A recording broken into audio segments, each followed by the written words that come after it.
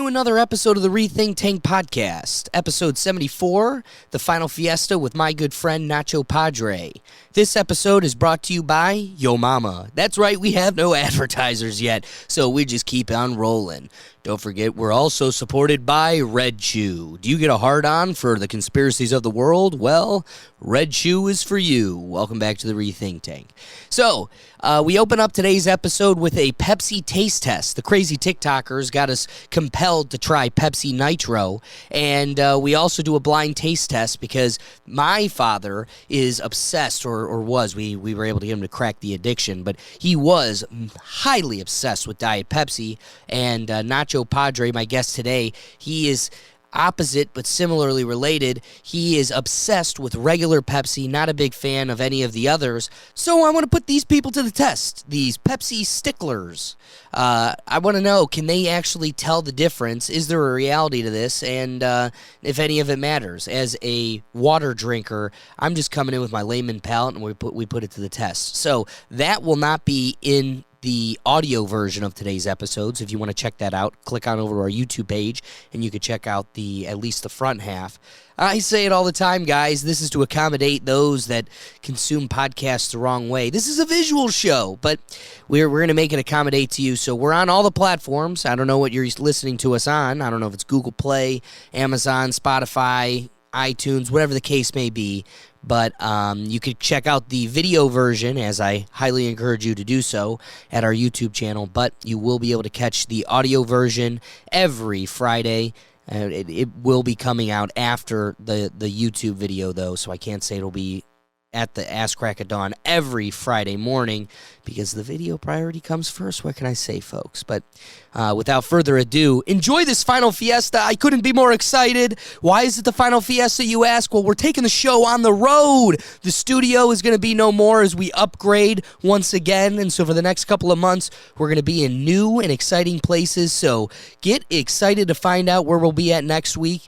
And like I said, without further ado, enjoy episode 74, the final Fiesta. So I love that term, think tank. Think tank. I mean, you know what a think tank is? Like, how's a think tank go, Jim? Yeah, you know they got cancel culture nowadays. You gotta watch what you say. It's getting real scary out here. Yeah, I don't think so. I don't know if I can take the conversation here, but we might as well. It's the Rethink Tank.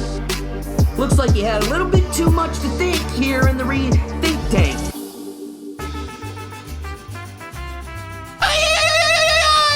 Hola, mi amigos, and welcome to the final Fiesta. My guest today is Nacho Padre. Nacho, thank you for joining me.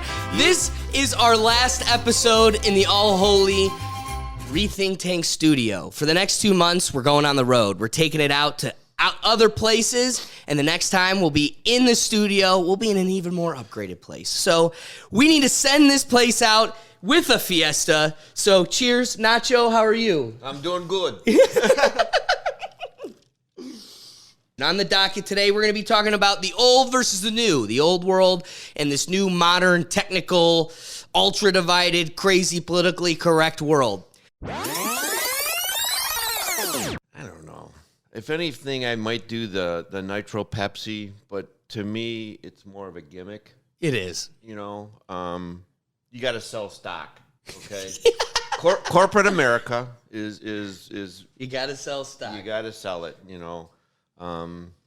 Who knows? In 3 years, this might go away, and then a year later, bring it back just to create revenue. You know. And I would honestly, speaking up to your point about the gimmick, I'd be surprised if this is even here in 3 years. There's no way. I see it lasting the summer. It'll be like a fun, like you said, fun little gimmick. My dad was a chemical engineer, as I told you, and you know, these phones. Let me turn this off. I'm sorry. We live by these damn phones, and I apologize. No, you're fine. It's like everybody else here. You walk around and they're just on their phone all the time. It's like a forget what they call that. Nomophobia. Yes. So this is a term that Nacho introduced me to today. Nomophobia. Yes. And it's the fear of being without your phone. Yes, yes. I learned of this literally today. It's mind-boggling. It is. It just drives me crazy that, you're sitting at a red light and the person in front of you, when it turns green, they just sit there and they're on their phone. It's like, come on, just drive. But there's layers to this. No, when you were a kid and you were at the BMV and you had to wait 25 minutes to get your license, you had to sit there in boredom. You know what's crazy, David? Now, this is another tangent thought, but the reality is I am in some sort of a project of the arts. Like this is a creative outreach, and you got to be creative. This whole thing is trying to brainstorm and stir up creative new ideas.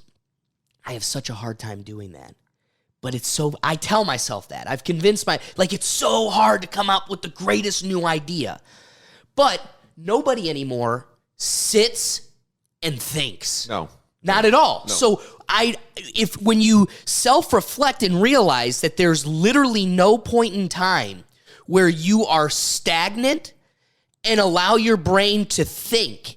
You are hype, scroll, talk to this person, do this job, go to work. And think about how many, your generation where people would leave work, how much was accomplished and done in that period between the job and work. Whereas now, I would love to meet the human being that does that in silence. Right. They don't exist. And why would you, right? I'm listening to a podcast. You know what's fun? I'm going to double back to the same point. 100% of that lag time I fill up with podcasts. I just can't. It's amazing in this hyper-connected world. I can't stop learning. Just new things. It could be a different topic. All my time, I want to keep it going. But you're not going on the web, are you? Because, if they say everything on the internet is true. I read that well, on the internet. No. But the goal is to diversify as many voices as you can so you can try to siphon out what is actually true. But what's even funnier is I love podcasts. I can't get enough of podcasts. That's all I listen to. But, man, when I finally take a break from that and let's change it up and listen to music, it's like my brain is free again and I'm thinking and I'm listening. It's like, why don't I do this more often? It's this weird thing that I'm dealing with. So I know I went on this little tangent, but I want to get to your point of we're so connected. I think it's taken away our ability to think. We've replaced thinking with this thing. This does the thinking for us. You tell me what I need to be upset with today, what I need to be excited about today, and my whole emotion and thought process is revolved around whatever this thing feeds me. Yep. And if I can't find it, I'm going to use it to find it. Exactly. It'll have it there. I'll find it. And when I'm sitting at the BMV and I've got nothing to do, I'll sit there and scroll through nothing in boredom to avoid the fact that I'm not thinking. Not at the BMV. And they could call your number and you don't even hear them because you're so involved in your screen that you don't know what's going on behind you. And the guys behind you go, dude, I think they have your number. So it is funny. You're in this conundrum in this world where because everybody has their phone at all times, there is now this silent obligation. I call you, I text you, I can't get a hold of you today, you didn't get back to me. Well, it's not like you didn't have your phone today. What a jerk. Yeah. So now there's this unspoken obligation, kind of like how emails evolved of you can't let this go a day. You owe it to me. Even though I'm the one that put that obligation on you. I reached out to you. Because I know you have it at all times, you're the jerk for not getting back to me immediately. Well, like this phone call I got. It hasn't chirped yet, so the person didn't leave me a voicemail. So am I obligated to call them back? But they'll say you got the notification with a missed call. You knew I called you. But you didn't leave a message, so it must not have been important. So, that's, it is but funny. It's my fault. It's my fault. It is funny. That narrative behind it, which I relate to the most, comes from the older generation where they had voicemails and everything else. Whereas now the younger generation, through everything is text and notifications, they go, you got the notification, I reached out to you. Why would you not reach out to me back? So piggybacking off of that, one of my biggest conundrums I deal with today, man, you're just a popular guy, Nacho. You know what? It is. Oh, because it's telling me that I have a podcast with you. Tells me I have a podcast. See, now the podcast just got booted off of YouTube because your text tone is the NBC. Are you kidding me? But it's free. You can bring it. Listen, man, I'm gonna beep it out. I'm gonna make your ringtone like a fart noise or something. Really? So because I got it free download. Especially NBC. You think I can mess with their numbers? So I want to tell the podcast audience what I was explaining to you before, just to give an idea of what I'm dealing with YouTube and stuff. And, like, thank God I have a legal background because these people, Steven Crowder, he's a YouTube channel I have a lot of pride. I really have affection for. He has this person on his podcast who is also the show's lawyer, half Asian lawyer, Bill Richmond. That's what they call him. And he's half Asian, and he's hilarious. They use him to fight Facebook, YouTube, all of these conglomerates. I would never be able to afford that in my life. So I'm that's why I took particular classes, knowing moving forward, this will be my future. I will have to fight for my freedom of speech. So the thing we're dealing with now, back to the NBC logo, or the NBC tune, everybody knows from watching this podcast, the past episodes, and those are still monetized because they came out well before this situation. There's a short little clip. I'm going to put it in with no audio. You can see it right here in the corner. But what it does is it kind of swirls into my logo, and there's a sound into the logo.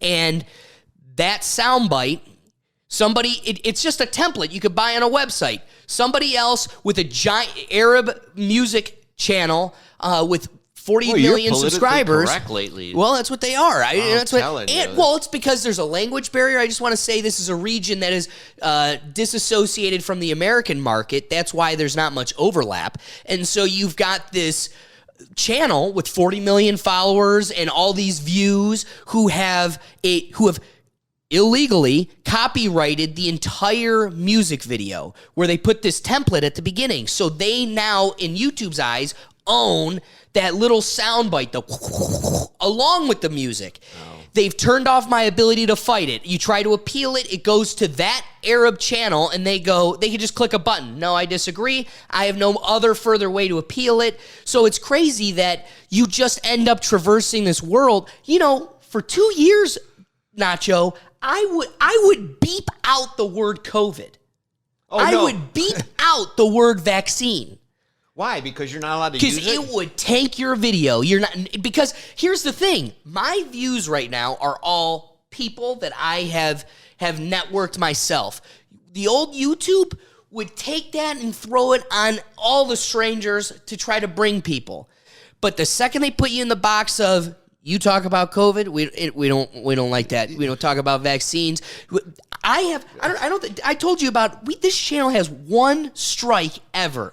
And it's because we talked about the Russia, the insurrection at the Capitol live as it was happening. And I talked all the liberal talking points. This is bad. This is sad. So in other words, you have no freedom of speech.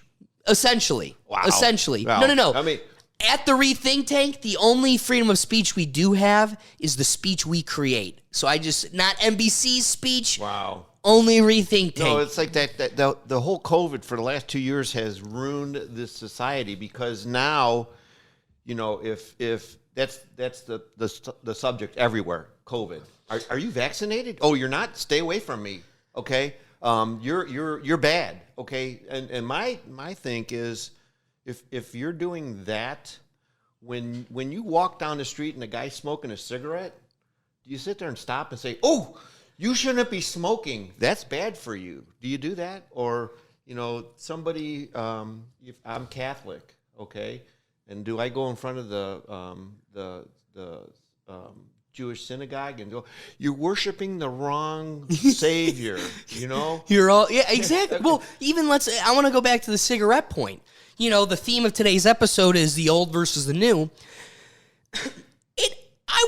The listener will for sure relate to this. Can you remember, go back into your memory, dive deep down in the fact that this same life that we're living, there was a time where you would walk into a restaurant and go, smoking or non-smoking? Yeah. How insane is that? Oh, wait, even better. on the airplane, they had ashtrays. You could smoke on an airplane. What's crazy is I grew up in the 90s traveling, No. and there's this little flap in the armrest that had no use for a kid like me. What is this for? Yeah, but that was the it was ashtray. the remnants of a past that like is mind-boggling. So the fact that I spent an easy 15 years of my life walking into every restaurant for a table for four, non-smoking. And I was in that smoking group and what happened was you would sit there and you'd order your food and it's like, oh man, this is taking forever. And you would light up a cigarette and then the food would come. It was like, that was the thing was, let me light up a cigarette and our food will come. And it always happened that way. So really? Yes, it was. To this day, we sit there, I wish we were smoking because we can have It a would cigarette. bring the food here. Magically, it would appear. So yes. So that's what's so funny is you were in this restaurant. I mean, I promise I'm going to bring this back to the COVID point. But I don't like the COVID stuff. It's enough. It's the new flu. It's basically what it is. It's the new flu. You'd go in this restaurant, say non-smoking, and just be on the other side of a room full of smokers. Wait, here's one better. Jacobs Field. Okay. Smoking and alcohol paid for it, but yet you couldn't smoke in it. You had to go in the designated area, which was taped off. It's in the same area. Same area. But you had to smoke in this area. You couldn't smoke in this area.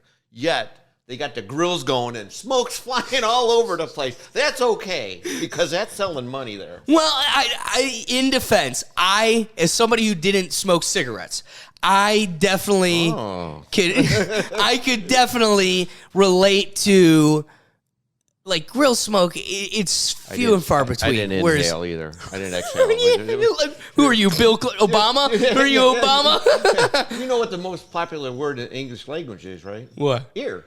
Why?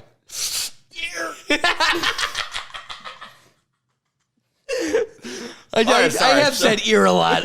Anyway, so what's interesting is similar to that point, you laugh at this past world where there's this idiocracy of like, you really thought being on the other side of the room made any difference. I have been this whole COVID nonsensical charade. I have been in 6th grade, I learned this fact. You know, there's random facts you learn that you just never forget. I don't know why, but I can put myself in the desk with the teacher. This is just something I'll never forget. Mr. Valeni looks at us and he goes, interesting fact. If you sneeze or cough in this room, it swirls in the room for up to 2 hours. Where did that science go? It's convenient in the world where we could kind of manipulate your actions and take control of your autonomy. Trust the science. We've dropped science that would put holes in their bullshit. That's why they want you to sneeze in your hand so you can shake hands and give them that way. I'm sorry, but have you? I did it once or twice. I'm sure the audience member can definitely relate to this. Have you ever accidentally sneezed or coughed in a mask? Oh, I'd watch people purposefully like right into their mask, and it's like, where do you think that went? Yeah. And they're just sitting in their own swampy. No, I used to just prop it down and let everybody enjoy it. Chew on this. Exactly. I think I'm going to do it in my own mask? Oh, my God. No, I got sick and tired of masks because you never knew who you were talking to. You know, you only see this part. Right. It's like, okay, I don't know eyes. I know facial features, and you're only missing, you're only seeing a third of the person. I don't know what it is. I've said it before on this podcast, and I truly, truly relate to this. I mean, this is so important to me. When this thing first started, and I'm in Harrisburg, Pennsylvania by myself, I'm going to the grocery store, and there was a specific moment where this lady's leaving, and she's got her mask off because she's leaving the residence or the store, and I'm going into it. Human-to-human moment where she just smiles. And I smile back. She didn't see any of it. No, and I go, it's this, and this is week 2 into this nonsense. 10 days flatten the curve. And I go, wow, like we're really losing a major part of this life.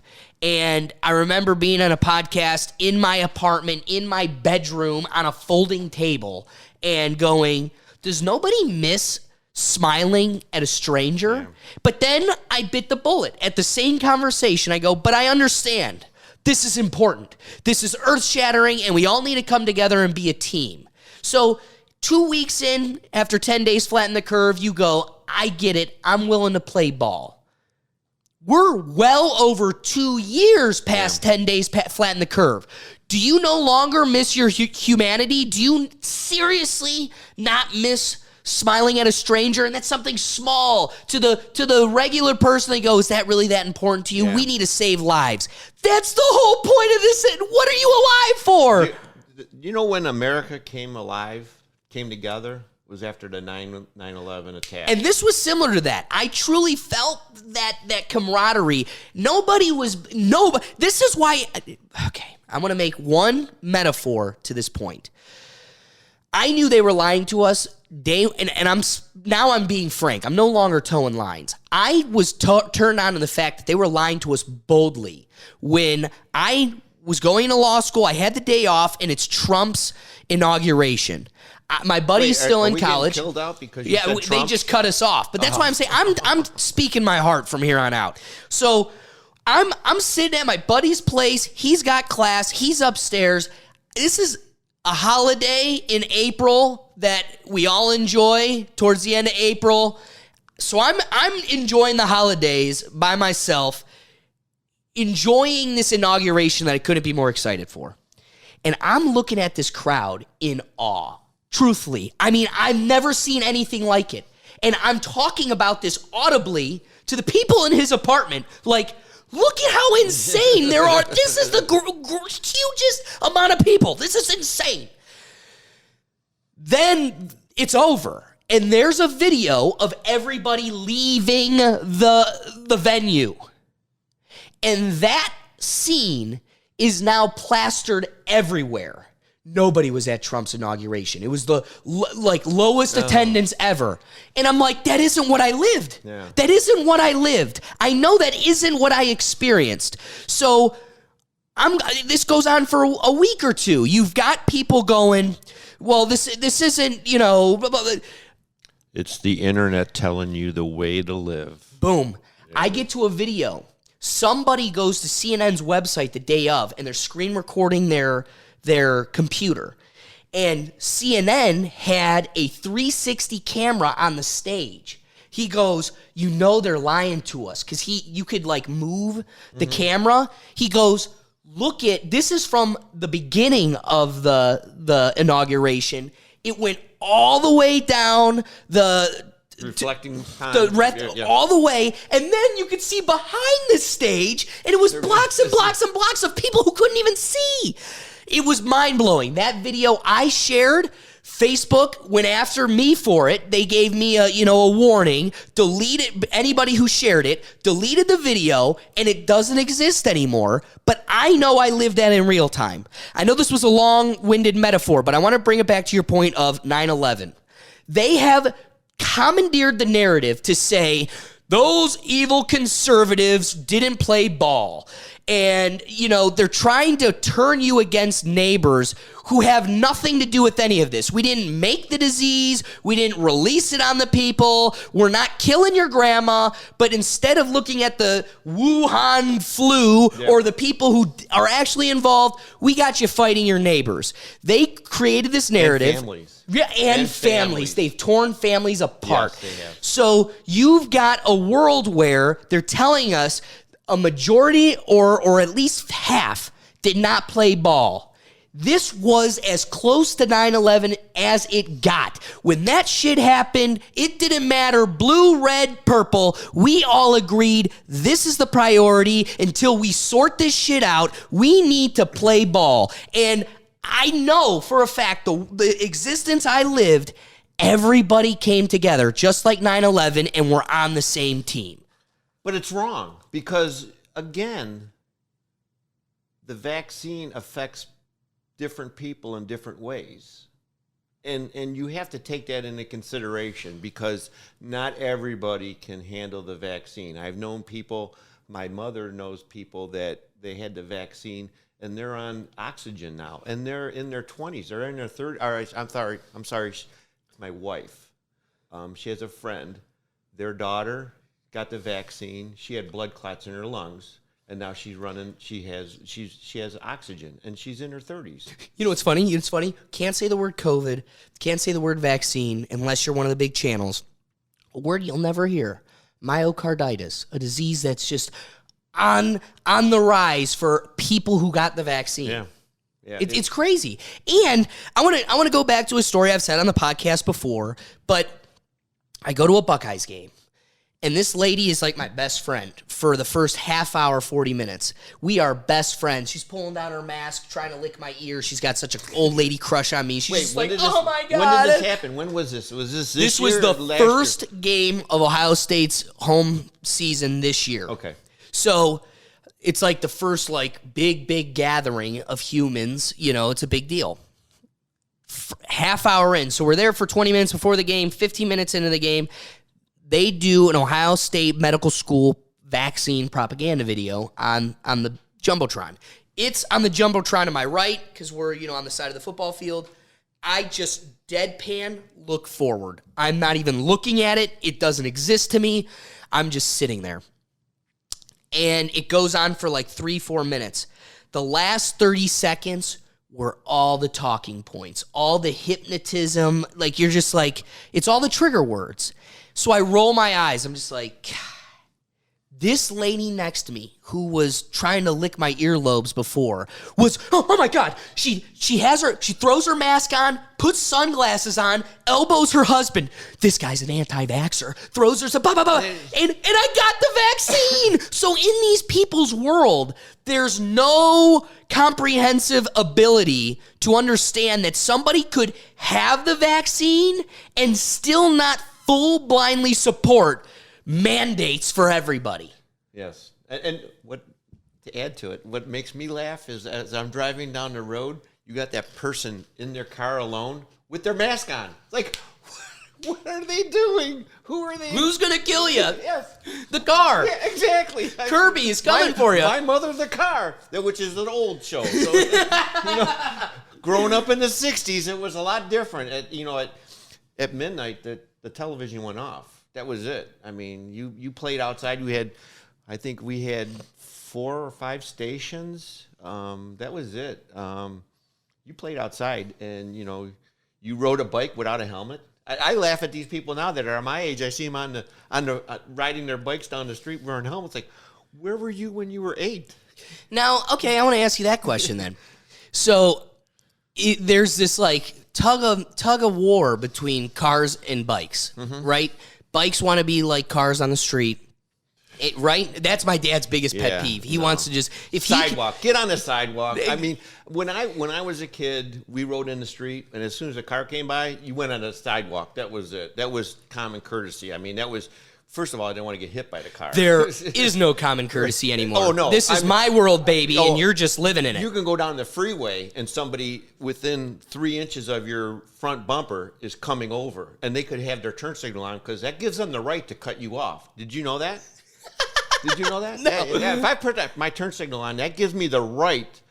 Because I saw that in the book. No, in the book it said it's your ability. You want to come over, your intention to come into that lane, but it doesn't give you the right to cut me off. Right. Here's the thing. You want the rights of a car on the street, but you also don't want the responsibilities and duties of the traffic laws of a car when you're on the same street.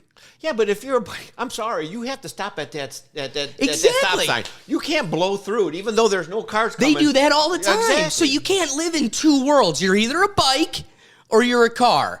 And what kills me, so that's kind of what we're dealing with now, is I think you've got a lot of these older bikers with helmets simply because I'm on the street, I'm a car, and I might get hurt. I have a helmet on. Someone might hit me. It's like, yeah, we'd only be so lucky. Yeah, exactly. No, and it just drives me crazy. I mean, the amount of bikes that are coming out on the road now, and I understand, you know what, it's probably an exercise plus if you're working close to home or whatever, you can ride your bike around. Growing up, I rode my bike everywhere. I mean, we locked it up and everything because you didn't know if it was going to get stolen or not. I even had a bike lock on a license, a bike license. You know what the Fauci science won't tell you? Some would say that that bike might be a little bit better for you against the Kung Flu than even Pfizer. Well, probably. I mean, think about it now. I mean, everybody, me growing up, we didn't have video games.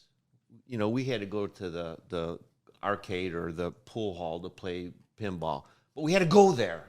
We couldn't go upstairs. We were active all the time. We weren't sitting in front of a TV. We weren't sitting in front of a computer screen or a phone playing a game. We were active. I was just talking with somebody last night. This blows my mind. I thought this happened to good kids all the time because it happened literally, I can't emphasize, so much in my life. Our family eats out quite a bit, not all the time, but definitely at least once a week. We're definitely going out.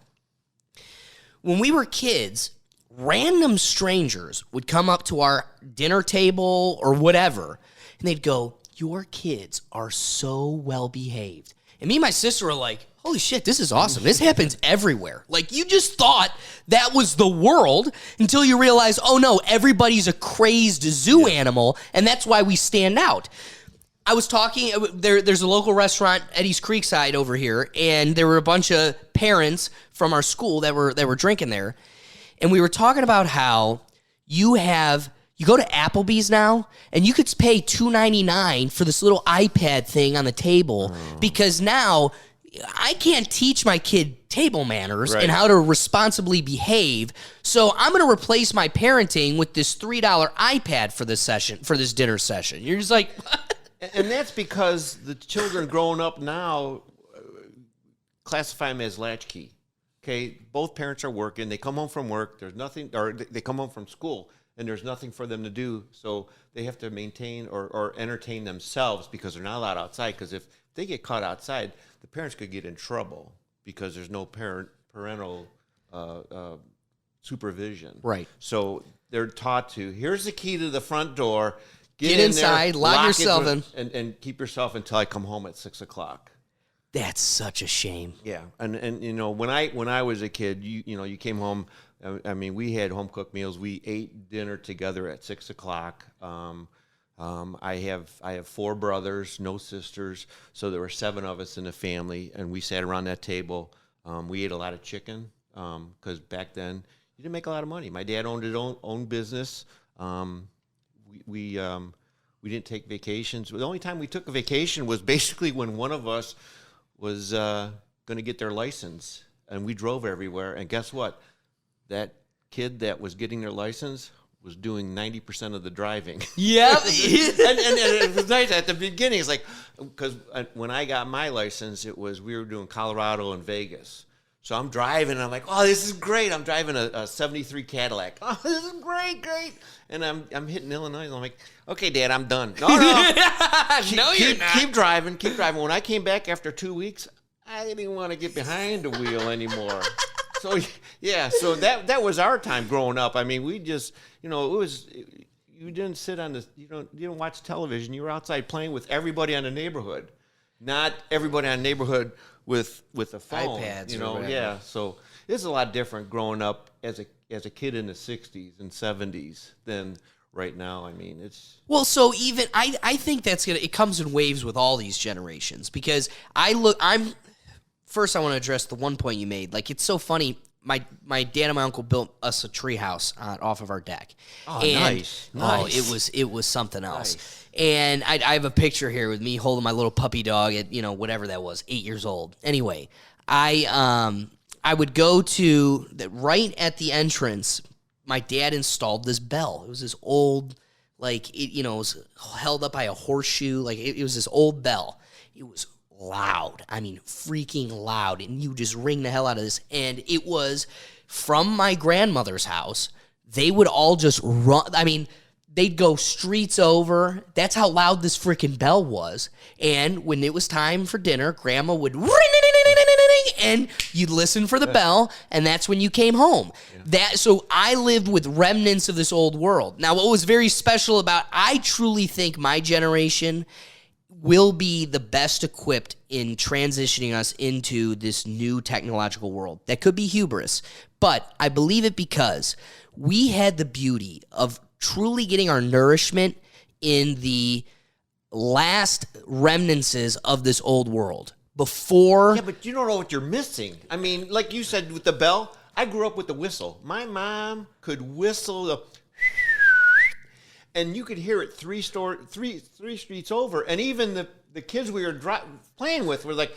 Is that my mom? Hey, your mom just whistled. You better get home. Because I'll tell you what, when you have 7 people at the dining room table, if you don't get home in time... They're eating without you. You don't eat. And we never had leftovers. Leftovers were not a thing that was in our vocabulary, because what was done, you wanted to set the table, because so you can nosh on the food as you're putting it on. You don't want to clean the table because usually there was nothing left to clean. But we had to whistle. My mom could whistle 3 streets over. Everybody heard it, and all of our friends knew that whistle. You better get home.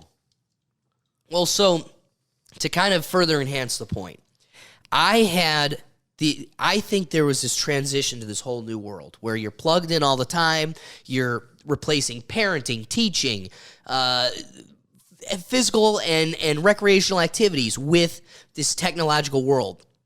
And I felt we were this generation that caught it right as its transition, and we got to see both sides of both worlds. You got to kind of see behind the veil, like behind the stage. You saw the transition between the two to kind of really make the point. We went on this whole tangent about, how stupid video games are and stuff. I lived in a world where we would get on our bikes, ride the whole neighborhood, knock on front doors, talk to moms who were total bitches. Can Kevin come out? No! And you're just like, whatever, lady. I just wanted to play with Kevin. Like, whatever. I mean, you took it on the chin a couple times in this cranky world. But we had this world where you'd go grab all the kids. We'd play kickball. We'd play capture the flag. And, someone stubbed their knee. Or you push this kid too hard and he's crying. And all these things you had to deal with. So I got to experience that. But then, I'll tell you, junior... more like sophomore and junior year of football, you didn't play varsity. You sat there and you watched other people play for the most part. So our life... Did you feel bad? No.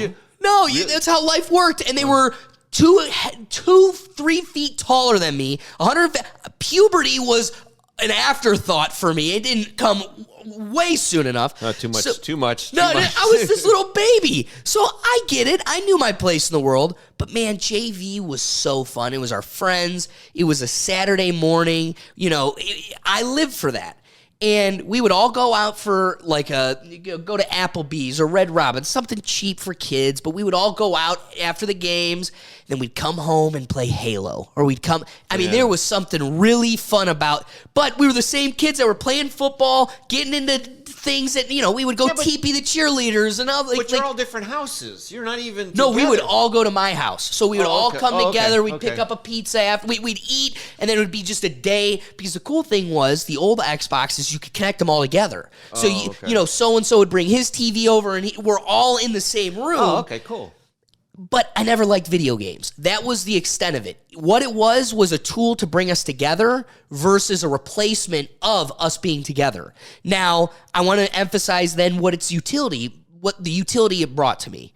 Now, we didn't play video games except for after JV. That was just like a thing we did occasionally. Aside from that, now I go to college. I didn't touch that thing at all. It didn't exist to me. It literally didn't exist to me. Now, senior year, the Xbox One came out, and you were a loser if you didn't have it. So you just did some odd jobs and scrummed up a way to do it. And I still never touched the damn thing. It just wasn't important. Loser. Right? Chasing tail. So I never touched it. Then I have a gap year before law school. Yeah, there were some days that you're lonely. Some people are still in college. Some people have moved on to start your life. So, yeah, I played Xbox a little bit more, but still never really. Where its utility came in, I then go to law school in Harrisburg, Pennsylvania, where you've got crackheads walking around. Pennsylvania is trash. Their laws are trash. I don't know. I got to tell you, back to the going to the grocery store thing and dealing with just strangers, I lived to go to the grocery store with a Chief Wahoo hat on or a Browns jersey. I'll tell you what. The amount of people that would just be like, I'm an Indians fan. They'd just come, or they'd be like, boo, the Browns. And I'm like, yeah, I lived for being like, I have a Browns credit card. Okay. You'd hand it to these people, they're like, what? Like they just saw an albino deer. Like, you people exist? Like, yeah, we're out here, baby. Back when Jacobs Field opened up, you could never get a ticket there. So a group of us went to Pittsburgh when Pittsburgh played the Tribe, and probably 40,000 other Cleveland fans went to Pittsburgh. It was all Indians? Oh, yes, it was. It was great. Yes! As it was, David Justice hit a home run. Are you going to a game this year? Oh, no. I think the 10 people that complained about being called the Indians, the majority, totally screwed the Dolan family. I think they caved to something that basically is, what are we going to call it now? Cowboys and indigenous people? I mean, come on. I mean, it just, to me, they've always been the Indians. My wife's the same way. She has a tattoo of Chief Wahoo. Well, now she's permanently racist. Oh, yeah. No, she's not. She is not racist. My family's not racist. The fact that we even have to say those words. It is. And when you look at it, when you talk about racism, the problem I have is you keep bringing up the color issue. And it's not me bringing up the color issue. It's the African American, which to me, am I called a European American? I was born in America. Exactly. Okay? I'm an American. Well, it's the perfect way to divide a tribe. If we're all... you can't say the tribe. But if we're all rallying under the same title of American, well, then we could take control back from these clowns that are in charge of the government. Whereas if we keep you all divided and you're a European American, you're a Chinese American, you're an African American, you're not all the same, and you better remember that. Not Chinese, it's Asian. That's right. Okay. Because we've got... Yes. Yeah, we got to include them all. Yes. Well, and that way you don't have to distinguish that there's Taiwanese Americans, too. They're just all... Exactly. Well, I mean, and you look at it, you have February is Black History Month, okay? So as long as you... Where's White History Month? Where's the White Entertainment Channel? Oh, yeah. You have all black television. A girl got in... So this is... It could only happen from this girl. I do want to get... We'll wrap up the video game topic. I won't forget that. I'm sorry. No. I really want to... When I was in law school, they had the BLSA, Black Legal Association, Students Association, BLSA, so Black Legal Students Association. Well, this girl who was the top of her class, she was a year older than me, top of her class, she was conservative, white girl. She thought it was only appropriate to have a WOLSA. I want to have a WOLSA. No, they went after the school. The school threatened her. She was trying to do it through the school. It wasn't like she just started making shirts and made a club. She petitioned. She did all the appropriate things for the school, and the school is like, just the fact that you did that makes you racist, and we have to reconsider this. It's like, let's go back to college. In college, there's this thing called LLCs, Living Learning Communities, and what would happen is if you could get a large enough group, like your rugby players or something, like we're all on the rugby team, which isn't it's not a school, it's a club. So you get all the rugby players. We're going to make a rugby LLC. You find something we all share. We all are on the debate team, whatever it is. And if you got enough people, you put up a good enough position, the school will give you an entire floor in one of the dorms. Oh, wow. Okay. And that way, this is your living learning community. Okay. You're all in the same club, whatever. We've got a black LLC, an Arabian LLC, a Spanish LLC. I mean, name it, we got it. A Caucasian. So our fraternity at the time didn't have a house. So the sophomores, the way it worked is you couldn't live off of campus until your junior year. Unless you joined us for fraternity or sorority, then sophomore year you could live with your fraternity or sorority. So because we didn't have a house, you couldn't live off of campus. So you've got a group of guys that are stuck still living in a dorm their sophomore year. They want to take advantage of, we're all in the same fraternity, you know, like how many fraternities don't have a house? Let's all make a living, learning community. So you can't do it for a fraternity. So what is the one thing we all share? We're all white guys. And time out, we went to Miami University. It wasn't like we were in some racist fraternity. What a great school. My brother went there. It was great. It's just we went to this university that just happened to be like a significance of one demographic. Doesn't make the school racist. It surely doesn't make the school racist because... No, wait, they were the Redskins. Yeah, well, they were. They were. You want, hold on. My brother went there. My brother went there. So I got to go down there for sibling weekend. Enjoyed a lot of time uptown. Uptown. Millette Hall. Great. I saw Crosby, Stills, and Nash there. And during the concert, the whole place was going, Ohio, and they would not sing the song Ohio because that had just after the Kent State shootings. So no way. Yeah, they wouldn't play that song. So, but I mean, some nice concerts there. It was nice being underage drinking because you're in a college town. You know what was really cool? I was on the club football team, so I knew all these football players that were way older than me. If you could have an address that wasn't a dorm, there was this one deli that would deliver alcohol. Oh, really? So nice. you just had to go to Matt Brown's house, my fellow lineman, and I'd sit on his patio and just wait. They'd deliver it, and you'd be like, and what's funny, I'd go visit my buddies at OU, and they'd be like, dude, you cannot walk down the street with beer. Like, you can't even hold cases. Come on, OU it wasn't the party. No. They would hand it to their older. Okay. You couldn't carry it underage. Whereas at Miami, dude, you could do cartwheels with open containers and just. It was a kid's playland. It was a great time. My brother-in-law went there and enjoyed. Well, so first I want to double back to the Redskins. Okay. So it was Miami Redskins, right? So what are they? The Red Hawks? Red Hawks. Okay. What's funny is, do you want to know why they were called the Miami Redskins? Because the university is named after the Miami tribe that was locally oriented in that area, but also mainly in Ohio. Yeah, it was the across Miami Valley. Right. The valley, yeah. So yeah. named after the Miami tribe. So if you are in the lineage of somebody from the Miami tribe or currently still a member of the Miami tribe, you get to go to school there for free. Do you get casino revenues, too, from the reservation? I mean, my brother lives up in Michigan, and they have the reservation casinos there, and they do blood samples to make sure you're actual from that tribe, and you get money.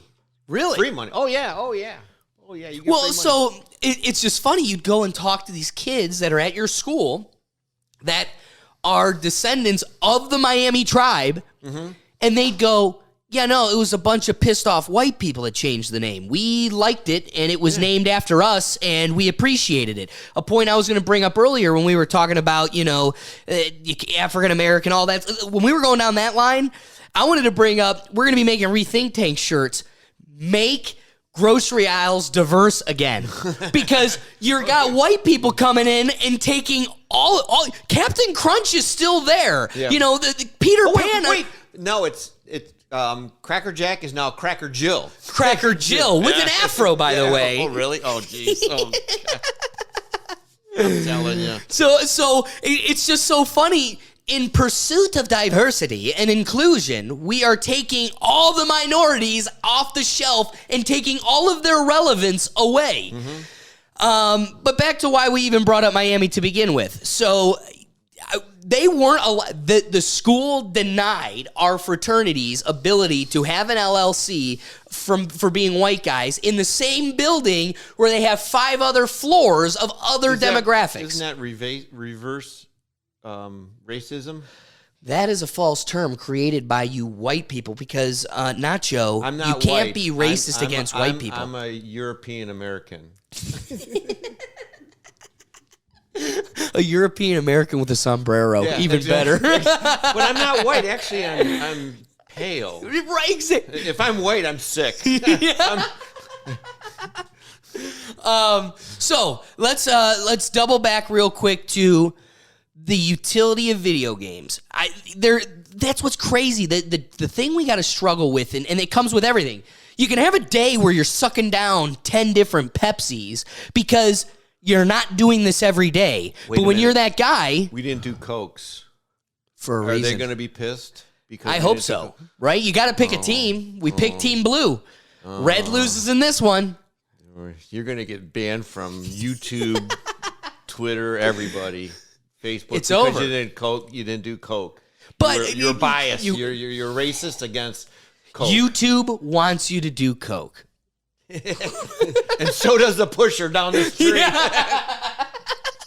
But don't make sure it had that fentanyl in there. Yeah. Jeez, oh man.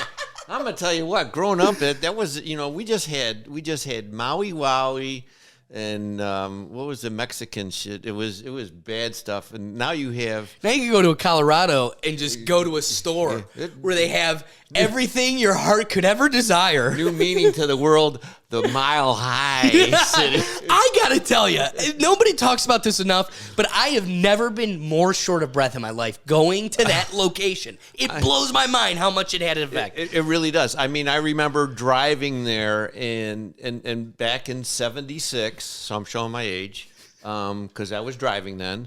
I was getting my license. My dad actually had to stop on the side of the road and undo the gas cap because we had no power because the tank was actually. And when he undid it, you hear just the air going back into the gas tank, and we had power again. So yeah. It was crazy. yeah. You'd buy something from the store in Denver, right? So we're going skiing. You'd buy some jerky, chips, whatever. You'd get to the resort, and it was like the bag was just like, and you're just like, what the heck? I mean, it's another world. But again, we digress. So We always do. That's the point of a podcast, you know? You just go off what you're thinking about. So, poor Coke, we don't have you, even though we wish you're in our hearts.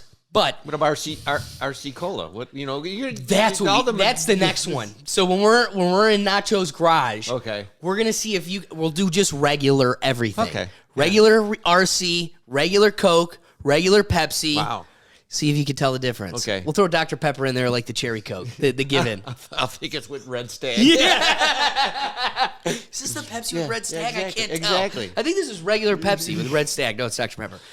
So here's the interesting thing. Just like having 50 Pepsis or, there's the meathead at the gym that can't stop exercising. And then there's the guy that you know what my dad taught me? You're never going to be the best basketball player. You're never going to be the fastest. But if you could, basketball is a sport. I never really liked basketball, so that's why I'm kind of picking that one more than anything. But he's like, you just can't be the worst. You don't want to be the kid that nobody wants to pick, that nobody wants on their team. But you're always going to be that last person. Somewhere somebody will. Somewhere down the road, but somebody again, has to be that last. Even if you're that last person, just make sure you're in the middle of the pack in terms of performance. Mm-hmm. Just be somebody the hell that out of you don't have to be everybody. the best. Yeah. Just be someone that they enjoy having around and isn't holding anybody back. So even when I strive to be that person. Whatever we're doing, is it badminton? Is it running a mile? I just want to be with the group. So that I think is healthy to me. But then there's those people that give 4 hours out of their day to just be this super titan. Well, that ain't so good either. Even though it's super healthy, I think everything comes in moderation. I think there's also a utility to video games. So back to, we made our laughs about I'm in Crackville for law school. And, the reason I went there was they gave me a good amount of money, but also it was a heavily focused government school. You got to go to the Capitol for school. I say it with asterisks now, but it was really funny while Trump was still president to say that, who was a professor at my law school? Joe Biden. Really? So the president of the United States was a professor at this school before it was like the year before I got there. I would laugh. What does he teach? Ice cream law? Like, come on. He reminds me of what's that? The puppeteer, Jeff Dunham. Jeff Dunham. He's Walter, the puppet. Walter the puppet. He looks like him too. He does. And that's why he's always wearing sunglasses, because he's just like, what the heck's wrong with his eyes? He's like, I don't know. Sir, what is your thought on this? Nobody's hand is in my ass, so I don't know. Exactly. I don't know what I'll get back to you on that. Yeah, let me double back, as exactly. Saki says. I'll double back on that. And Trump, his thing, and the thing that I think I like about Trump is that he let his inside voice talk a lot. And a politician lets their outside, they don't talk with their inside voice. In the background they're sitting going, this is really bad. But to keep being reelected, I have to follow with the talking points. Exactly. Where you have Donald Trump, who didn't care because he was for millions. I mean, and you think about it, I laughed. It was a millionaire going into public housing. It's exactly what it was. But what's so funny? So I went to the school, and you were kind of Harrisburg. You're in the middle of nowhere. That is just what. And for those of you who don't know, because I know there's someone watching that doesn't, the capital of Pennsylvania is not Philadelphia. No. That was the capital of the United States for a point. And they got smart and moved it out of Pennsylvania. Like, get it out of Pennsylvania. That was the smartest decision Pennsylvania ever made. Exactly. So you're at this place, and law school was a very unhealthy academic environment because 20% of the class got cut every semester. So there's this competition that just is toxic. It brewed hate. I mean, it was sad because, one, you're at a volatile point in the society where, like, anybody that says these talking points are a Nazi and we need to damn them. So nobody talked unless it was the other side. And then on top of it, you've got this. So you have this volatility, but then on top of it, you've got this element where 20% of us are not going to be here next semester. And you sure as shit don't want it to be you, because then your life is shattered. What, are you going to reapply to law school? All these, because of that, it was war. It was cutthroat. It was so unhealthy. You had people who would, hey, I missed what the professor said. Was the exam on Monday or Friday? And they'll tell you Monday just so you aren't ready for Friday. Oh, that's... And so it was terrible. That's Pennsylvania for you. Yeah, well, Pennsylvania's shit. So I'm in this classroom that everybody's out to get each other. You're only allowed to say certain things. You feel so alone. You don't know who you can trust. Mm-hmm. People that were your friends aren't there the next semester. People are literally trying to chop each other at the knees. So there was a severe need for a way to be connected to those back home. What's crazy about college is you go to this place that everybody's from. You spend until that point, your whole life is people from where you're from. Right. So finally, for the first time in your life, there's no one from where you're from. It's all different places, whether it's another place in Ohio, which is still drastically different than where you're from. Northern and Southern, definitely different. Yeah. Exactly. Even though it's the same state. But even to that point, that goes back to what I say on this podcast all the time, the need for the Electoral College, the need for the importance of why we have states, the beauty of this country, because truly we're 50 different countries under the veil of security as one. But when you look at something like Ohio, Cleveland, Toledo, Cincinnati, Columbus, all different from each other drastically. And then you've got everything in between that is nothing like any of them. But yet we're all one state. Yep. So back to the point. College. You go to this place and everybody's so different. And man, you fall in love with these people. They become a part of your family. you don't have this is your new family. This is the first time you're away from home, and you're all maturing and growing together. You're learning, you're making mistakes with each exactly, and how they play off of each other. You're making mistakes with each other and how to cope with those and get over them. And then 4 years go by like this, and then everybody goes back to their corners in the world to never be seen again, to never be heard of. And when our parents went through that, a lot of those, it's funny. My dad has his best friend from growing up when they lived down the street from each other. He lives a half hour away. They don't talk maybe once every 2 years just because life's happening. My dad's got his kids he's got to worry about. They'll send it. That's sad. So to me, there's also a tool to, I would read until midnight, 1 o'clock after getting up at 6 a.m. and nonstop reading shit. Like, it was terrible. Nothing about that. You're not reading Forrest Gump or Holes. You're reading the tax law. Right. Does that sound fun to you all day? So there was a beauty where you would come home and you would just say the unsayable with your best friends. Just be like, you asshole. You just say the F word and not the one that rhymes with truck. You'd be like, you loser. Oh, you can't say that, or you can't say that. Or you can't say the G word. You know what's funny? Is you say I'm happy, but I'm not. You say I can't say those words, and yet the only part they play in my life is calling my best friends that. Mm-hmm. So is it really out of a place of hate? The people I love in this world the most, I call that. Right. No, and I agree. And that's the worst part about it. When you're going back to your dad and his childhood friend, and me working in technology, I'm always connected to everything. My getaway is once a year, I go off grid. I go with 4 of my buddies I grew up with. A couple of them, we were in Boy Scouts together. We go up to the Adirondacks, and we just off-grid. No cell phones, no electricity. We have a great time. And it's crazy. For the longest time, it was an island, and it was just tents in an island. And 2 guys did all the cooking, and the 3 of us did all the cleaning. And, you crapped in the woods, you dug a hole, crapped in the woods, and that was it. It was so nice to not have to worry about a cell phone ringing, electricity.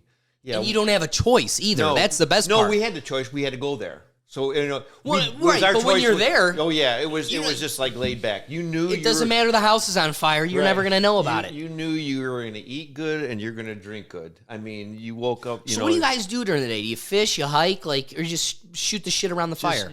That's it. You have a fire going and you just bullshit, smoke cigars, drink. Hope you don't pass out because they're going to get the aluminum foil out, put it on your head, And that was it. It was take boat rides, and it got to the point where we'd listen to the radio, but we'd go through a crap load of D batteries. And it was like, well, if we had a deep cycle battery from a boat, we'd hook it up to an inverter. And then so you guys have a boat out there with you too? Oh, we'd rent a boat. Oh, you're on an island. How else are you going to get to the island? And we had it set up where my one brother would captain the boat. He'd take us out to the island, and 3 of us would set up, or 2 of us would set up the tents, and the other one would come back to the trailer, and we'd load up the boat and take trips to the island, unload everything. And by the time you had the last load up, the tents are all set. We're ready for lunch, and we're good for the week. Everything was on dry ice. Like I said, we drank, we ate. It's really good. My brother and Pete were perfect chefs. They did a lot of good cooking, and like I said, you just hope you didn't pass out in the afternoon because there was nothing for them to. But again, that doubles back to the words you call your best friends, right? Yep. Like, they're messing with you. Oh yeah, but it's your best friends. Like that, if you're not doing that with your friends, then you're not friends. Yeah, exactly. You're literally just putting on a charade for your comfort. The reality is that's what friends do. Yep. What's interesting is I think people need to make a point to insert that in their life. Right. I think it is an exercise. You need to commit to it. I think if you could make a tradition of it, your wives can't get in the way. This is the one thing I ask for a year. The problem is still, you're only getting that once a year. It is an effort. So-and-so, we got 3 out of the 4 guys this year. Bob's got this thing going on. I guarantee, but again, that takes the commitment to make sure none of us miss it. Correct. And the problem is you're going to have, some people at least are going to struggle with the fact that not everybody's going to have the same level of commitment. There is a beauty to, back to, drinking 20 Pepsis or exercising too much, whatever the case may be. There was something so refreshing to being in what I would call the shittiest echo chamber I've ever been in my life. I mean, the darkest days ever. To be able to plug in for I don't care if it was 3 a.m. I was not going to bed and doing this shit again tomorrow without being able to just let loose for an hour. And there was no world I was finding that in Harrisburg. So it gave me an outlet that I otherwise would not find. The problem is, on the flip side of the same coin, you've got a phone in your hand all the time, as we have kind of illustrated for the audience. And it went off during our show here. Exactly. And we are more connected than ever before, but yet the individual feels the most isolated they've ever been before. So it's this weird conundrum. It's being responsible with it. A comment I wanted to make to you before when the phone went off, ironically. I'm sorry for that. No. It's like it's weird because when I go to church on Sunday, that's the first thing they say is, please silence your electronic. This is the church of rethinking. I should have drawn the lines well beforehand. No, I'm just kidding. Praise the Lord. The right Lord. So, the one thing I want to emphasize, though, is what I hate about this hyper-connective world, this is the point I was going to make when I was talking about emails. You got these emails, and because it's sent to you, I have now put on the obligation to you. You owe me this today. Because I know it didn't bounce back. I know it wasn't a bad email. Yeah, this tech master knows it didn't bounce back. He knows you read it. It's not like the USPS. You hope that it got to you today. It might get to you next year. If you email Nacho Padre, he knows if you've opened it, if you received it. But nonetheless, I laugh because every important day in my life now has been commandeered by this interconnectivity. What I mean by that, Christmas, Thanksgiving, your birthday, pick it, specifically your birthday. It's my day. I get one day to not be someone's slave and it's my day to do what I want. But everybody's emailing. But everybody's texting you, calling you, hey, happy birthday. You log on to Facebook and you've now got 100 people. You got to say thank you. So what really sucks is, and here's what's funny, is you've got the 4 people that really mean something to you and they make a post or they'll call you personally. But that's not everybody. But also it takes away from your day, everything else. So it's this weird conundrum of you allow the people who truly want to be in your life get in there as best as they can. But also, people who just want to save face, do the bare minimum, you now owe them this obligation of, I don't want to spend my whole birthday saying thank you in text. Exactly. Thank you. Merry Christmas. I don't send Christmas texts out anymore. I don't. The people that text me, I say thank you, Merry Christmas to you and your family as well. But also, I ain't finna using my whole Christmas texting everybody Merry Christmas. The whole point is to be in the moment with the family, living this life in the present. Drives me nuts. Or a group text with everybody. It's like, oh my God, you get in a group text with like 10 people. It's like, your phone just keeps going off. It's like, what do I have? Oh, come on, would you please? And no, come on. It's one thing after the other. It's like, oh my God. So the point I wanted to make with that whole tangent is there's this, when I'm with you, like let's just say we're doing a podcast, we're going to get dinner, we're bowling. If I am with human beings in this life, this I have consciously decided doesn't exist to me. Oh, this sure. phone make me feel really good. My phone went off during our podcast. I mean, but what you're saying is true, because when my wife and I are having dinner, we put our phones aside. That's how it's got to And be. if it just rings, it's and 9 times out of 10, people know that at 6 o'clock reading dinner. Okay, Right. Reading dinner to 6:01. No. Because we're fighting over the leftovers. Exactly. Get over, lady. Leftovers? What are those? No. Exactly. Get over. There ain't no leftovers. So no, I agree with you 100%. There's got to be a time when it's just you and the family, because if you don't have that, you don't have a family then. Yes. Family comes first. The point matters the most, the familial piece. But I definitely think we owe it to this world to live more in the present. I think that's where happiness resides. It's funny. One of my degrees, I said it with I had my 12th grade math teacher on. And when I was in my philosophy courses, I got ridiculed by my friends, as friends do, as we had mentioned. We'd be watching a show and they'd make fun of philosophy majors and they'd be like, oh! Just don't major in philosophy. Major in economics. Your life will be much better.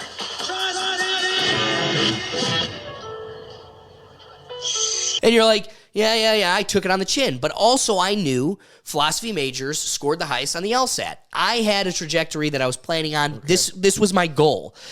They gave you shit for it, whatever. One of the things that I had learned in my philosophy courses was every philosopher that has ever mattered in this world has asked dead. What is... No.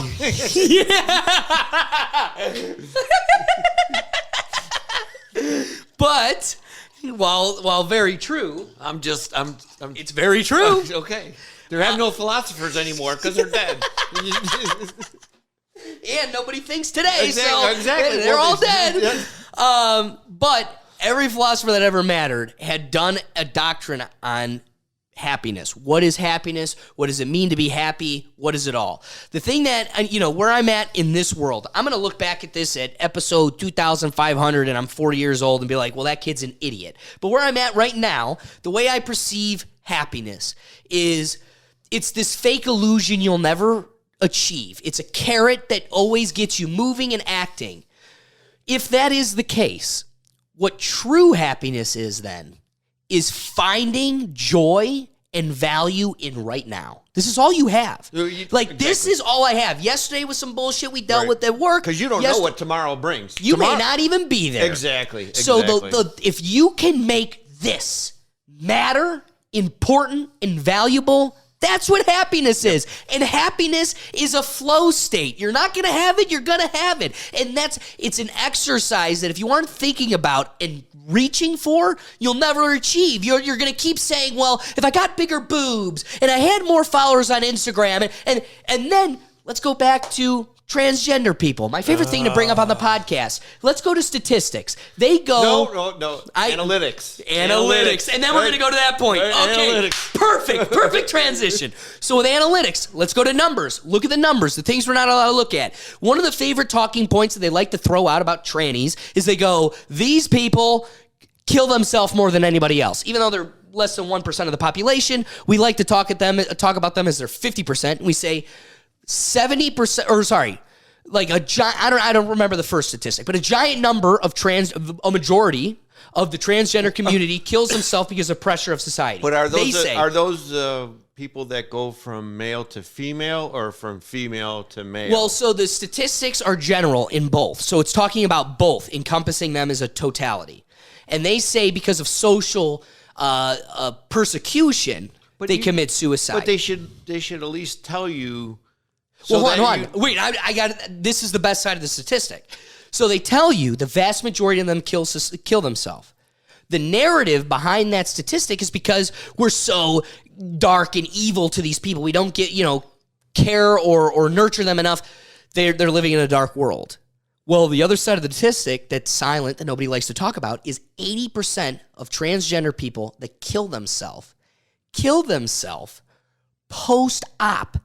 After the operation. So you know what it is? They found out that they're wrong. No, exactly. They go, if I cut off my wiener, I'll be happy. Let me cut off my wiener, I'll be happy. Then they lop off the wiener and they're like, shit, I'm still not happy. And you know what that surgery is called when a woman gets changed into a guy? Addictomy. You got it. I learned it yesterday. Yes. Yes. Dude. And you know, Last night I learned that and I looked at it was so we go to this place, Creekside. MILFs love hitting on us at Creekside. I don't know what it is. These moms just gravitate towards us. And this mom is talking to me about addictomy. And I go, that is a word I am adding to my lexicon now. Yep. I love that you brought that up. yes, it is. An addictomy. Addictomy, yep. So let's talk analytics. No, well, it depends on how you talk about it. So if you talk about it in sports, I mean, if you look at the Browns, they built a team on analytics. Okay, they got rid of a coach because he didn't believe in it.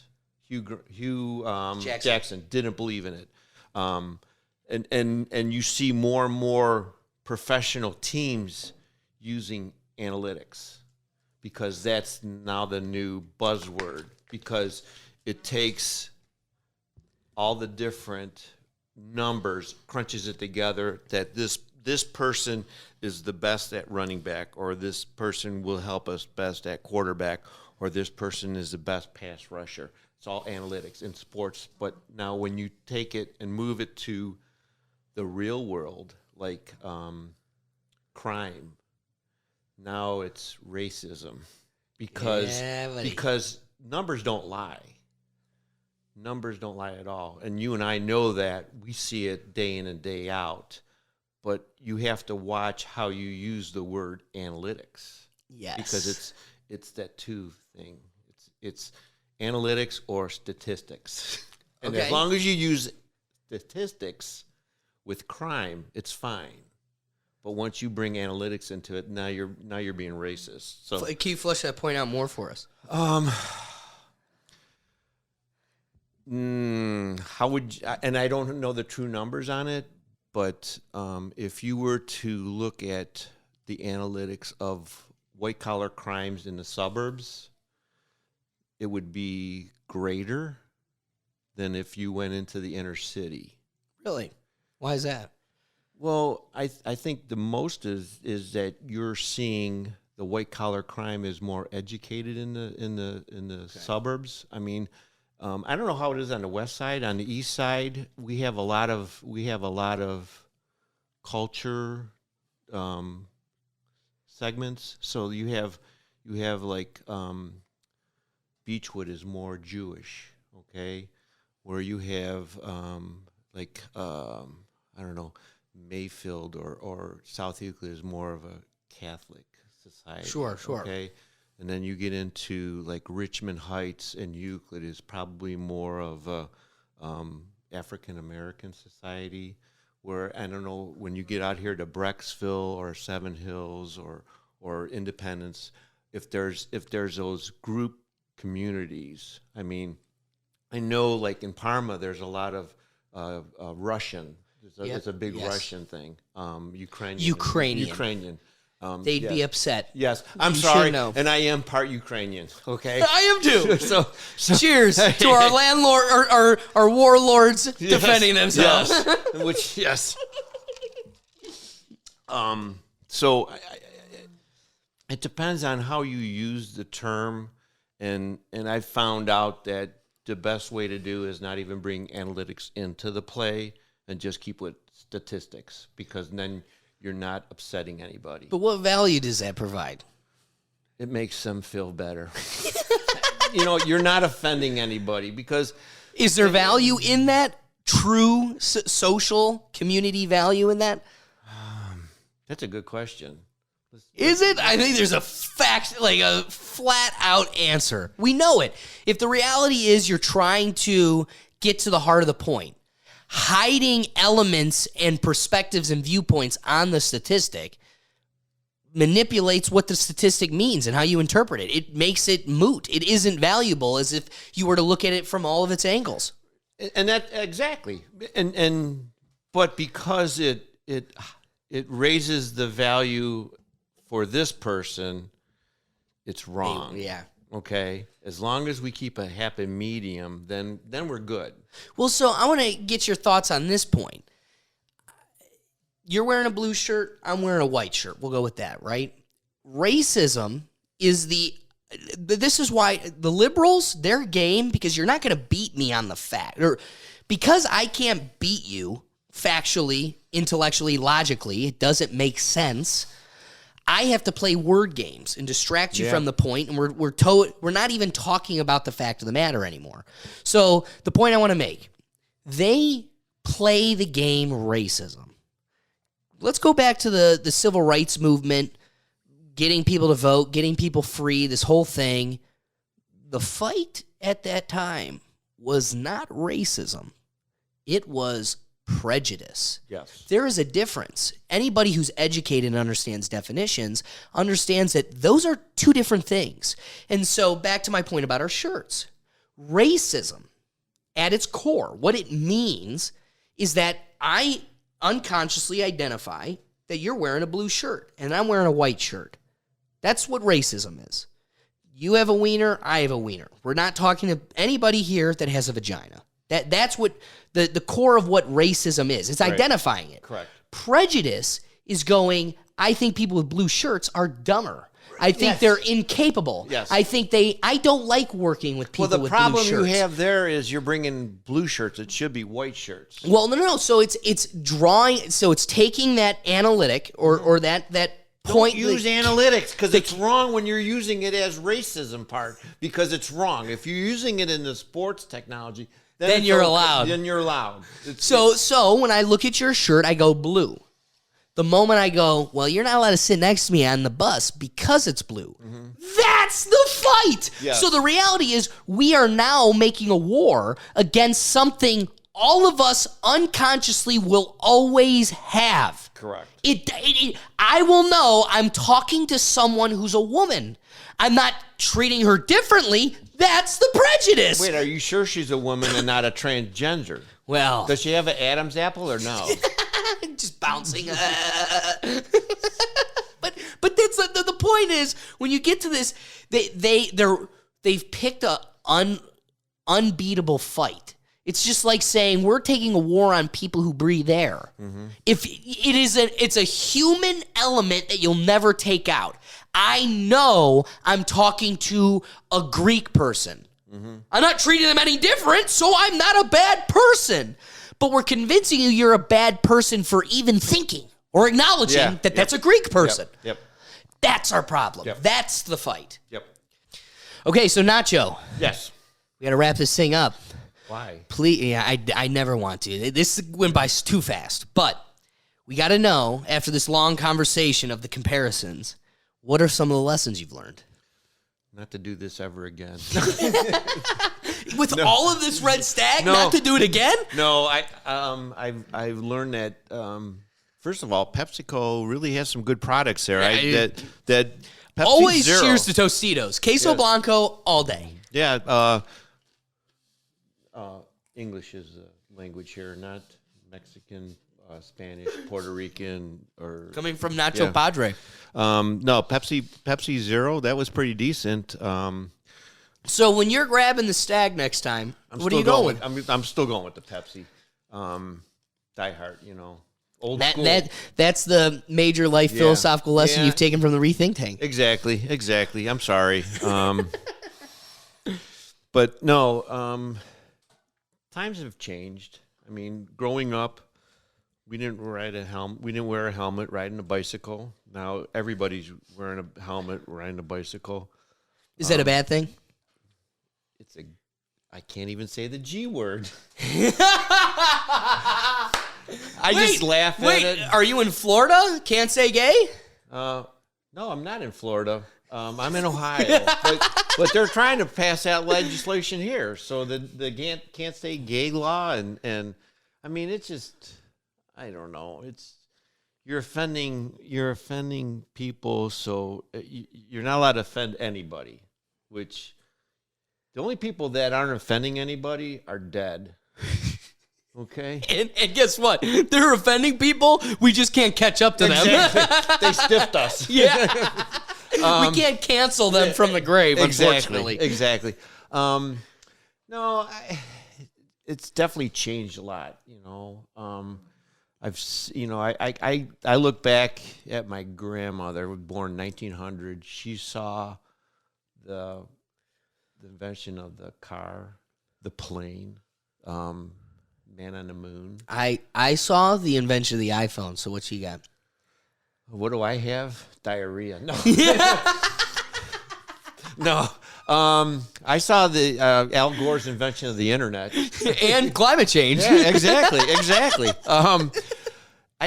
I've witnessed a lot of different things. It's just you just look back and you amazed at people nowadays. It's all texting. Back when I was a kid, you went over to the guy's house, the buddy's house, and talked to them, or you called them. We didn't have digital clocks. We had clocks. You had to actually read the numbers. It wasn't right to you as, it's 12:30. Is it AM or PM? It's 12:30. When I worked, my one job, the guy was military, so I had to learn military time. So, it was, 1 o'clock. No, it's 1300, Or look at, they're not even teaching cursive. Oh yeah, no, exactly. And the new math. What's the new math? I Check out the Mrs. Crow episode. Really? Oh my God, because she hates it. Her conundrum was she was at our public school that that I went to. I'm a special ed student. Went to a public school, and that's why I have to talk slower to you, then, huh? Much slower. So one of her conundrums was that she knew the best way to teach this math. Mm-hmm. She's done it since she was 21 in the 50s, and so she knows the best way to do long division. 2 + 2 is 4. I wouldn't even know how to do it because it's probably like 6 steps. No, you should have heard it. She's talking about you do circles and you put dots in the circles, and she's like, that is no use to anybody. And so the conundrum, you've got these public school you're never going to have this problem with a private school because they say, screw you, we want to be the best. So deal with it. You're paying to be here. So we're trying to be the best. You either want to be a part of the best or go kick a can. In public school, however, we got to cater to everybody and make it nice and juicy. So her problem was she knew the best way to teach, but she had to teach this, whatever it was, the same way all the other teachers were. Mm-hmm. And she's like, I went to a physics teacher and goes, this is wrong. Please let me show you the way I was taught to do this, and you tell me this other way makes sense. And once the physics professor was like, no, she was like, I'm done. She told them all, throw out the books. We're going back to what works. Well, if you don't have a teacher that cares and is that type of go-getter, you're damned. Yeah.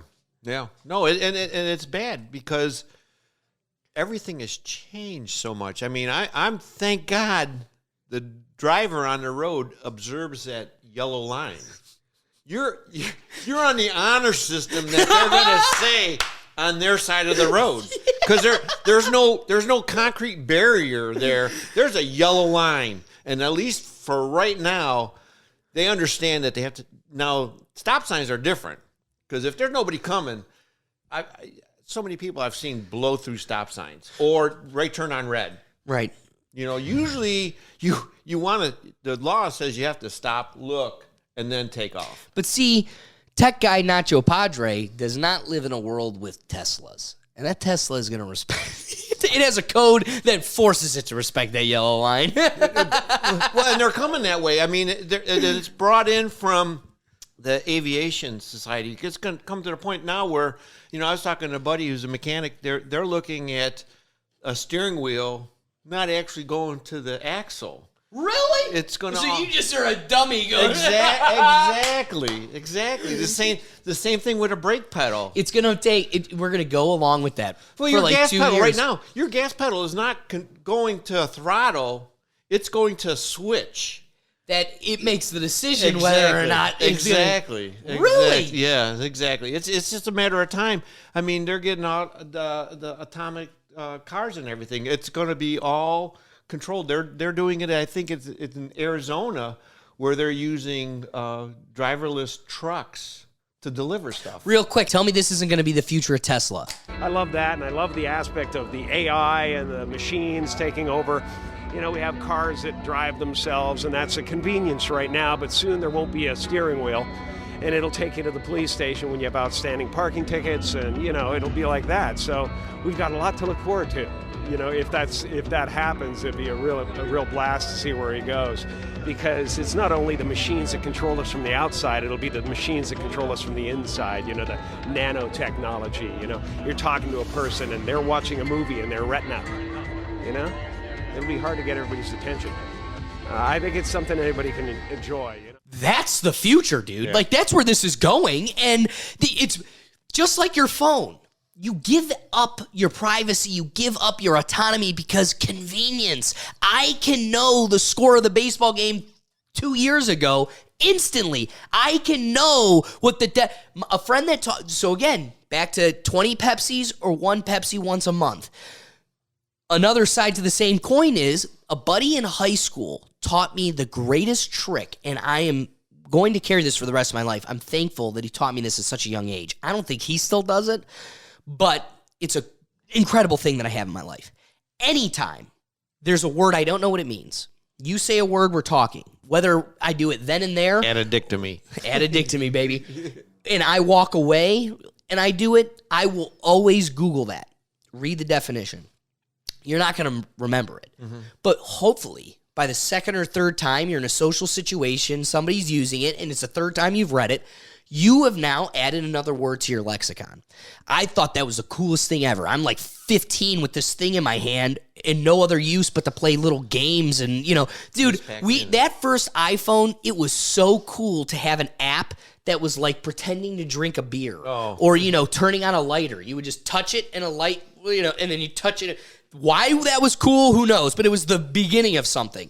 So to take that and train yourself that anytime you're in a social... So there's a value there. I mean, I am growing superior over other people every day because of it.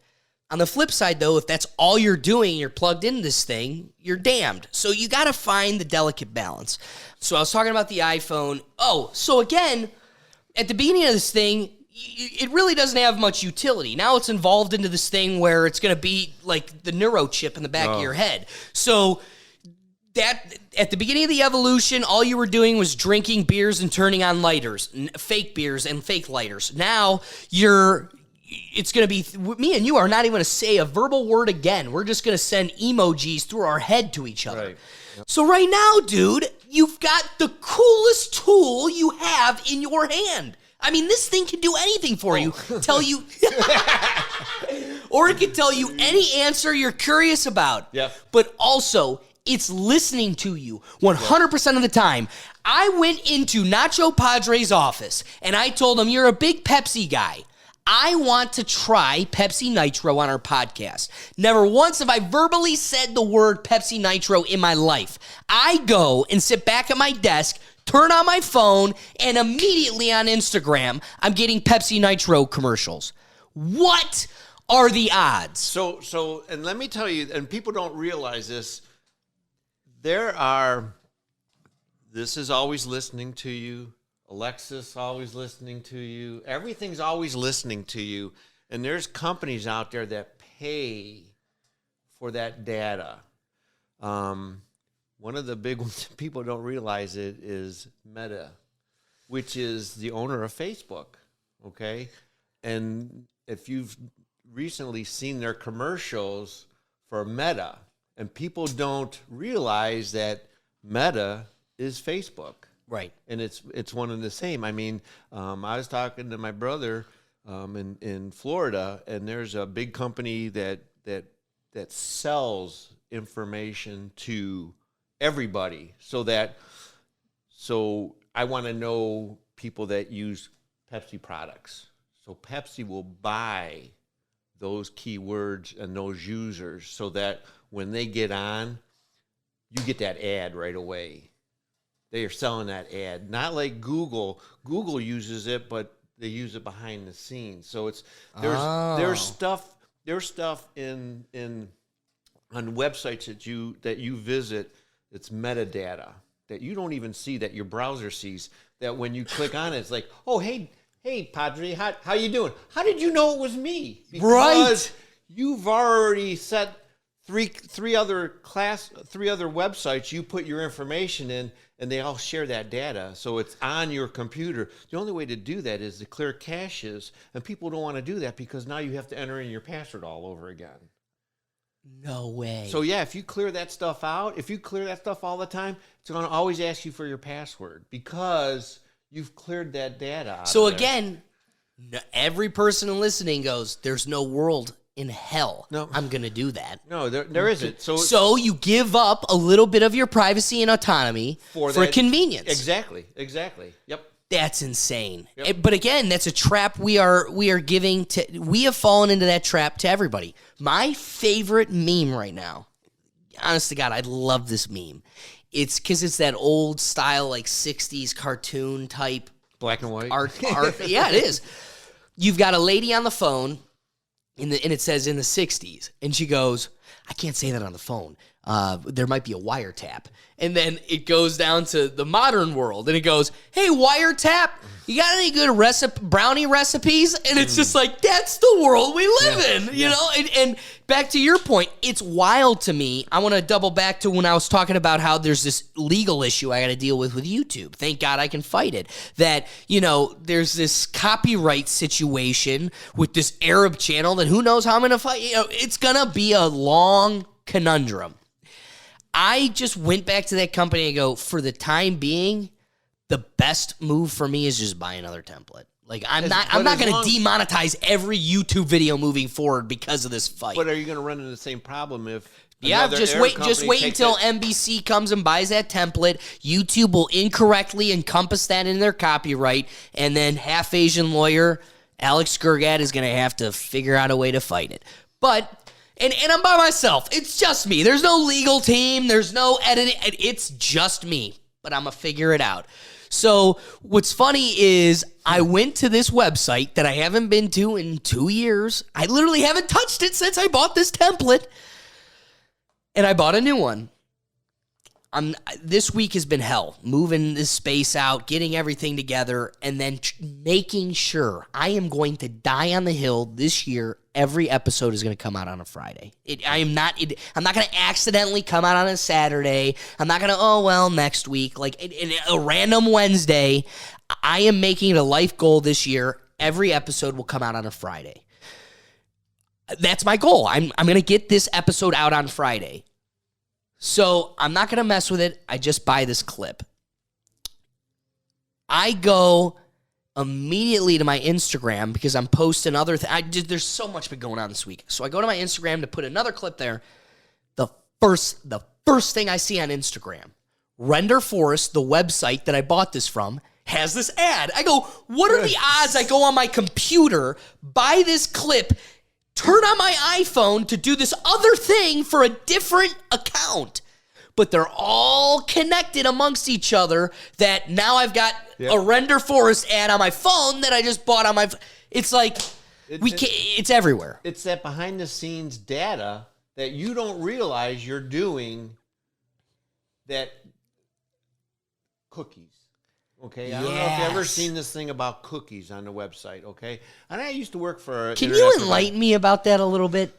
Like what cookies... What the hell is a cookie, man? They're little bits of data on your system, so that when you visit a website, it says, oh, I know Alex, this is his information that he likes. I don't even have to ask him again because it's already there.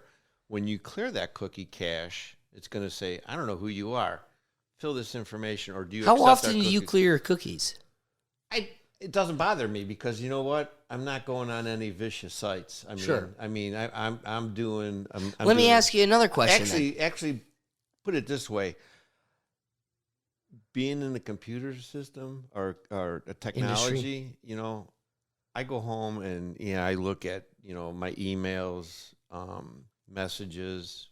I might let me Google that. That's it. I'm not sitting at home 24/7 looking on my phone I'm done with it. It's kind of like I kind of refer to the gynecologist. He comes home, he doesn't want to look at anything. He's seen it for 8 hours. I know. I'm done with computers. I feel sorry for his wife, you know. You know, it's bad. I mean, and that's why I like when I do my off-the-grid vacation, because for 7 days, there is no electronics. You know, when I'm coming back to reality, my phone is going bloop, bloop, bloop, bloop, bloop, bloop, bloop, bloop, because all those messages from that week are now coming to my phone. And, you know, the guy's like, holy crap. I go, I tell you, I got no service up there. I like it. You know, some of the people have service. I don't have service from Verizon. Thank you, Verizon, for that. But, yeah, I enjoy it. I mean, there's nothing. I mean, yeah, if I leave my phone on, it just dies because it's always hunting for service. So my thing is turn it off. Right. And if I'm going to use it, I'm going to use it just for taking pictures. All right, so we gotta boil this down quick, but I got one last philosophical question for you. I've been drinking, so I don't know how. Well, that brings the truth out. So your truth elixir is going to bring. So with the truth elixir, I'm curious. Okay. With privacy, this is something I've always had a conundrum with. Yeah, I'm going through law school, and I am at a point where I couldn't trust the government as far as I could throw it. I don't trust a bit of the government. And when it comes to privacy, I understand the need for a right to privacy in the 50s. It wasn't illegal to be gay, but it would literally damn your life. So I could see why I want to keep the privacy of my home and my bedroom away from public, because there is a part of my life, while not illegal, will terminate my ability to feed my family and be a part of this society. That makes sense. Mm-hmm. But now we live in an ultra-modern world where pedophiles are not even allowed to be called pedophiles. They're minor-attracted people. So we have gone to such a degree of inclusivity that everybody gets to play and everybody is accepted and included. No matter if you want to gobble up children wieners or whatever your free time love is, everybody is accepted and loved. What in this modern world, what is the need for privacy other than protecting your ability to do something illegal in your home? Security from the government, who I don't trust. Well, but let's be real. If a cop walked in your home, what are you trying to hide besides your meth lab, your brothel, your weed plants, your something that you're not allowed to have? It doesn't matter. It's my right to not allow them, even if I'm not hiding anything. But right. It's your right, and that's why again, dude, I'm a libertarian. I hate the government. Every right you give me, I'm going to use as a pawn or a tool against you. Watch it. They might be. They're listening. They know. They listen. That's why all I got is the people I talk to, because these algorithms know this kid's not allowed to talk. Yeah. So I'm curious, though, as truthfully, as someone that might smoke a joint. I'm cutting this out, but like somebody, the only thing you're trying to hide is the one thing you're not allowed to do, right? Like you're not hiding the fact that you're having a baby shower. I see.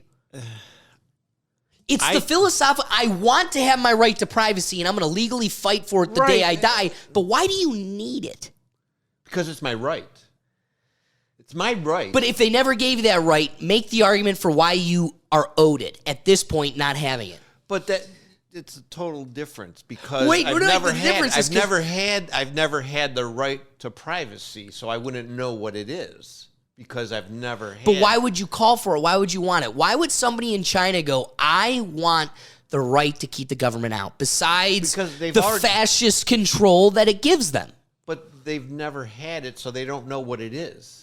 They have no idea. Which is fair. They don't have any idea what the right of privacy is, because you know what it is and you want to fight for our right to have it, explain to me why that person is owed it, or why they should implement it. They should get it.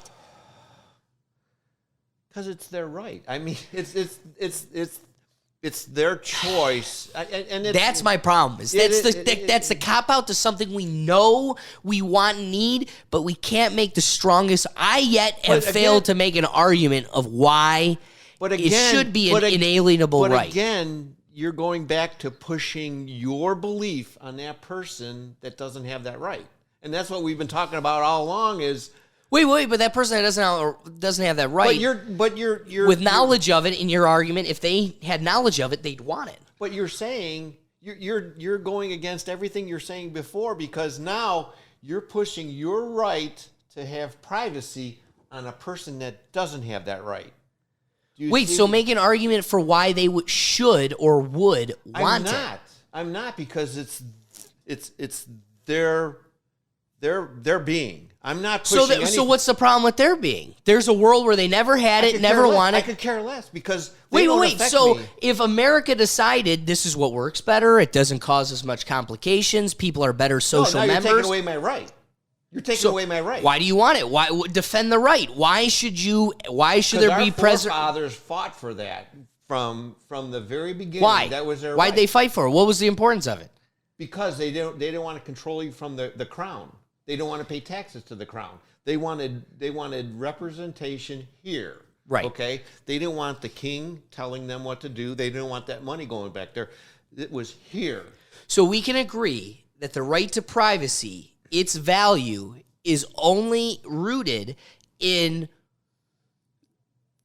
its only value becomes present at the moment at which the fascist person in control is doing something we don't agree with or like. Correct. So we keep it to preserve the fact that at the point at which you want to do something that we disagree with, we have this right to defend against it. Correct. So as of right now, it isn't illegal to be gay. So it's not. No, it's not. There could be a point at which it is. That's and wrong. that's why we want to have the ability to preserve that.